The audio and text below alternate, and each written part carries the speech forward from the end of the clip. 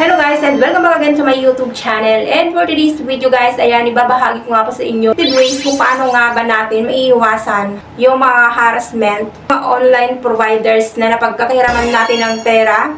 Na kung saan nga naman ay kapag dumarating ng due date natin ay makakatanggap ka na lang ng mga harassment, text blast, unli calls, death threats, at yung iba pa nga po dyan ay tinatakot ka na napopost ka sa Facebook kasama yung mukha mo, including po yung mga kamag-anak mo, contact list, nahahack na nila.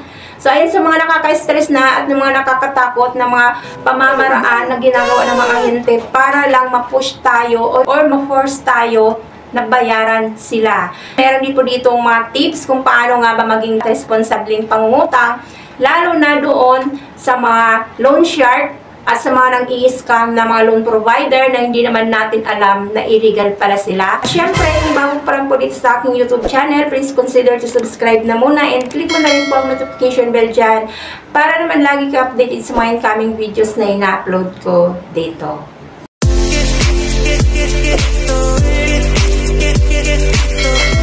So, unang-unang nga dito guys, na kailangan po nating alisin na or wag na po nating itolerate yung mga sarili natin sa tinatawag na tapal-tapal system. So, ito na po yung the worst na ginagawa natin if ever nga po na gusto nating bayaran isang application na wala tayong fund para dito. Naghahanap ulit tayo ng ibang application para utangan, para ipantapal dito. Hanggat sa nakakasanayan nyo na po na mangutang na mangutang para po ipantapal doon sa mga nauna nyo ng utang. Huwag na po natin itolerate yung sarili natin sa ganito pong sistema dahil nga po ay malulubog po talaga kayo dito. Baka po makapag-isip na po kayo ng hindi maganda if ever nga po na lumaki na lang lumaki yung pagkakautang nyo kung pagsasama-samahin nyo na yung mga loan providers na pinagkakautangan nyo. Iwasan nyo na po ito. Kung maaari ay mag-focus lamang po kayo doon sa iisa lang muna na loan provider para po maiwasan nyo yung ganito pong tapal-tapal system. Number 2 dyan guys ay yung tinatawag na termination fee. Isa rin po ito sa mga reason kung bakit hindi po tayo nakakaahon doon po sa pagkakautang natin sa isang loan application. Dahil nga po may mga ahente nga na nag-offer na tinatawag na termination fee. Kung may mga balances kayo, ino-offeran kayo, nahingian kayo ng pera na ganitong amount para daw po ma-close yung account po ninyo. So, hindi po yun totoo. May scam po kayo dito, guys. So, wag po kayong magpapaniwala dito hanggat maaari doon po kayo mismo makiusap or doon po kayo mismo magbayad sa kanilang applications. Wag doon sa ahente na kausap nyo. Baka ma-scam po kayo. Baka kayo po ang maluko or ma-scam. So, if ever nga po na sinisingil na kayo ng mga agent, so makiusap po kayo. Or if ever nga po na hindi po sila mapakiusapan, number 3 moves ay dematology na lang po muna. So, if ever nga na wala pa po kayong pambayad, mag-off SIM po muna kayo, i-deactivate nyo na muna yung mga SIM card para po temporarily hindi po kayo nila makontak. Or mag-lock po kayo ng inyong Facebook account para lang sa ngayon maiwasan nyo na rin. If ever nga po na ma-access pa nila ang inyong mga Facebook account, at least nakalock na po ito at hindi na po kayo nila ma-message sa inyong Facebook profile. Iwasan nyo pong sagutin yung mga text and calls ng mga ahente na tumatawag sa inyo. I-block nyo kaagad. So, sa settings ng ating mga cellphone sa messages. So, sa bandang kanan, makita nyo po yan dyan na merong 3 dot.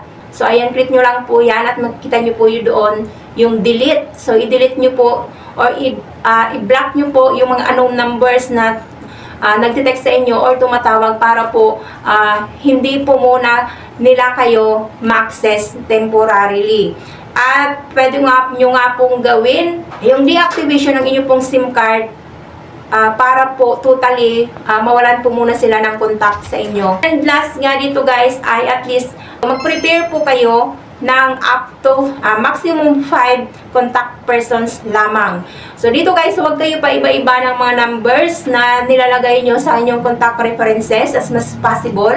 Kailangan kilala nyo kung sino yung may-ari ng cellphone at yung number na ilalagay nyo, yung mga kasamahan nyo na lamang po sa bahay or yung mga malalapit sa inyo na mapagkakatiwalaan nyo at the same time, i-inform nyo na rin po sila na ginawa nyo silang contact references para po at least alam nila, aware sila kung ano yung mga isasagot nila if ever nga po natawagan po sila kapag hanapin po kayo. kailangan po isa lamang din po na cellphone number ang gagamitin nyo kapag kayo po ay nagre-register sa isang online provider. So, wag kayo gumamit ng paiba-ibang number dahil mas marami kayong binibigay na numbers dyan, may mga chances pa na marami yung matatawagan nila ay makukontak nila. At isang number lang po yung gamitin nyo para naman at least hindi rin po kayo nalilito kung ano-ano yung mga number na yung nagagamit nyo. So, focus lamang po kayo sa isang number upon registration. So, and guys, sana mo nakatulong sa inyo yung mga alternatives way na ito kung paano nga ba maiwasan yung mga harassment or pananakot ng mga OLA agents.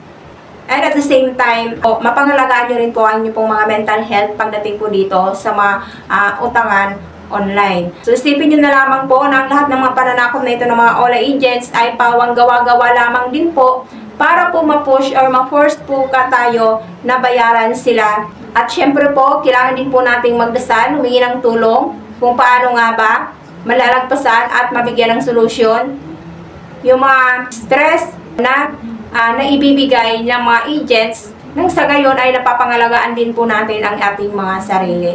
So ayan guys, so marami pong salamat for watching at sa inyo pong time at sa suporta na binibigay niyo po dito sa aking mumunting bahay. So marami pong salamat. God bless po. Bye-bye.